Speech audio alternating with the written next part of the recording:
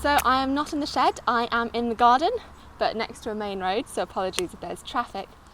And a bit of an impromptu video because my neighbours just next door called me up just now. They said, Sally, we've got something we think you might want to see in the garden.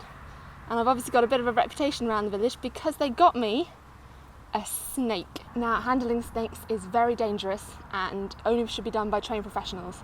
Luckily I have been trained, so I should get it for you now. Here it is. Ah, it's tiny!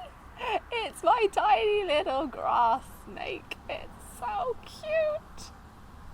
So the grass snake is one of 3 snakes in the UK, although there is also one legless lizard. We've got the grass snake here, which is the biggest, and this tiny little fellow, which I reckon is only about a year old. This can grow up to about 1.10 meters at its very biggest, and we have had some massive ones like that in the garden, but that's an extreme. Normally they're around 70-80 centimetres. The most striking feature about grass snakes is that they've got a yellow band that runs all the way around their neck. So if you see one of these, it's most likely going to be a grass snake.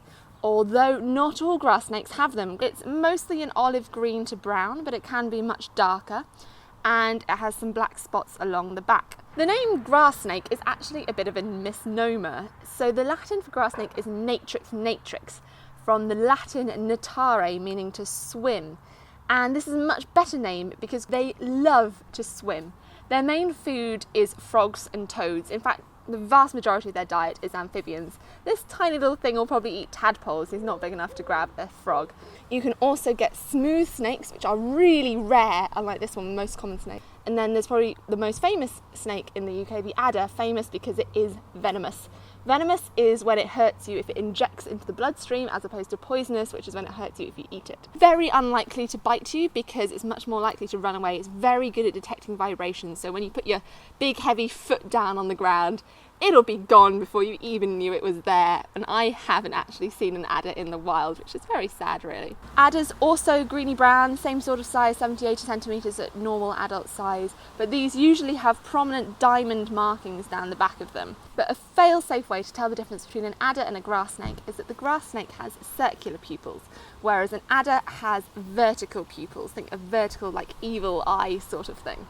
Although, as most of my friends say when I tell them this fact, I don't want to be close enough to be able to see the pupil if I don't know if it's an adder or not. Grass snakes don't bite you, but they can either be beautifully behaved like this one, or they can play dead, which is common defence against predators. Most predators don't like to eat already dead or rotting meat because it has bacteria, like why we wouldn't want to eat rotting meat and it'll make them ill.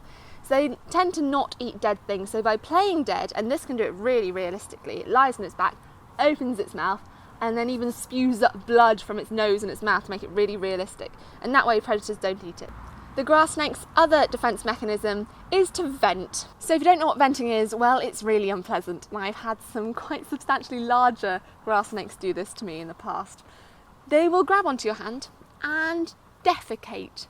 But it's not just a normal poo, it's this kind of white liquidy poo that really stinks. The official term is it's a garlicky, strong smell, but it's horrible. If it gets on your hands, it's so hard to get off.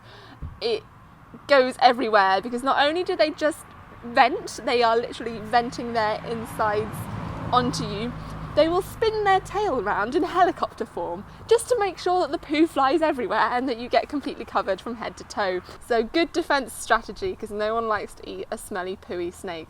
This snake here tried to vent on me a little bit, but he's too small, so my hands smell a little bit of garlic. Actually, they don't smell that bad anymore. So now it's time to put him back. I hope you learned a lot about grass snakes, and oh, his tongue flickered. Keep smiling.